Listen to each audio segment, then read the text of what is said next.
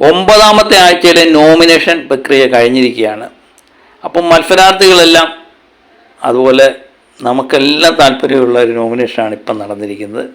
എല്ലാവരും എപ്പോഴും ആവശ്യപ്പെട്ടുകൊണ്ടിരിക്കുന്ന ഒരു കാര്യമായിരുന്നു ശ്രീരേഖ നോമിനേഷന് വരണം, പുറത്താക്കണം എന്ന്.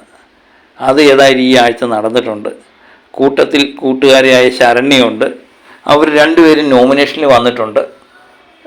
ശ്രീരേഖയ്ക്ക് 9 വോട്ടുകളുമായിട്ടാണ് നോമിനേഷന് വന്നിരിക്കുന്നത്. അപ്പം അവിടുത്തെ നമ്മൾ ചിന്തിക്കുന്ന പോലെ തന്നെയാണ് അവിടുത്തെ മത്സരാർത്ഥികളും ചിന്തിക്കുന്നത് എന്ന് ഏകദേശം ഉറപ്പായി. സാധാരണ കേസിൽ ഏറ്റവും കൂടുതൽ നോമിനേഷൻ ഈ വോട്ട് കിട്ടേണ്ടത് നമ്മുടെ ജിൻഡോയാണ്. പക്ഷേ ഈ ജിൻഡോ ഈ പ്രാവശ്യം നമ്മളെ പറ്റിച്ച് കളഞ്ഞു. ജിൻഡോയ്ക്ക് 3 വോട്ട് മാത്രമേ കിട്ടിയുള്ളൂ. ഏതായാലും എല്ലാ പ്രാവശ്യവും നോമിനേഷനിൽ വരുമല്ലോ ജിൻഡോ അല്ലേ. അതുപോലെ ശരണ്യ പവർ ടീമാണ് ശരണ്യെ നോമിനേറ്റ് ചെയ്തിരിക്കുന്നത്.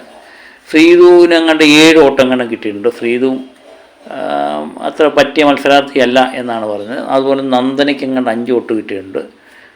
ഫിജോയ്ക്കും ജിൻഡോയ്ക്കും 3 വോട്ടുകൾ വെച്ചാണ് കിട്ടിയത്. പക്ഷേ ഒഴിവായവർ പവർ ടീമിലെ അംഗങ്ങളും ക്യാപ്റ്റനായ ഋഷിയും പിന്നെ അർജുനും സായിയും. ജാസ്മിനെ ആരും നോമിനേറ്റ് ചെയ്തില്ല എന്നുള്ളതാണ് ഏറ്റവും വലിയൊരു പ്രത്യേകത. ജാസ്മിൻ ഈ പ്രാവശ്യം നോമിനേഷൻ ലിസ്റ്റ് വന്നിട്ടില്ല.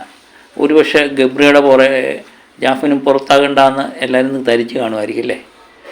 അതൊന്നും അല്ല കാരണം ഈ ശ്രീരേഖയും ശരണ്യയും ഉന്നമിച്ച് തന്നെയാണ് അവിടുത്തെ മത്സരാർത്ഥികൾ ഇരിക്കുന്നത്.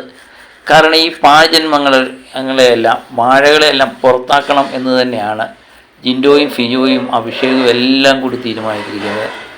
അത് താമസിക്കാതെ ഈ പ്രാവശ്യം അങ്ങനെ ശ്രീരേഖയും ശരണ്യയും പുറത്തേക്ക്. ഈ പ്രാവശ്യം എനിക്ക് തോന്നുന്നു ടെൻഷൻ്റെ ഒന്നും കാര്യമില്ല. ആര് പുറത്താകുമെന്നുള്ള യാതൊരു ഇതുമില്ല. വോട്ടിങ് പോലും നടത്തേണ്ട കാര്യമില്ല. മിക്കവാറും ശ്രീരേഖയും ശരണ്യയും തന്നെ ഇപ്രാവശ്യം പുറത്താവും.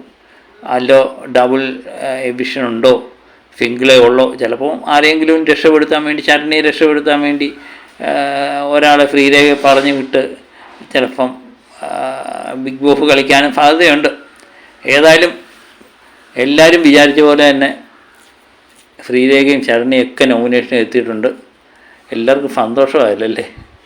എത്ര നാളായിട്ട് കാത്തിരിക്കുന്നതാണ് ഈ ഒരു മുഹൂർത്തത്തിന് വേണ്ടി അല്ലേ.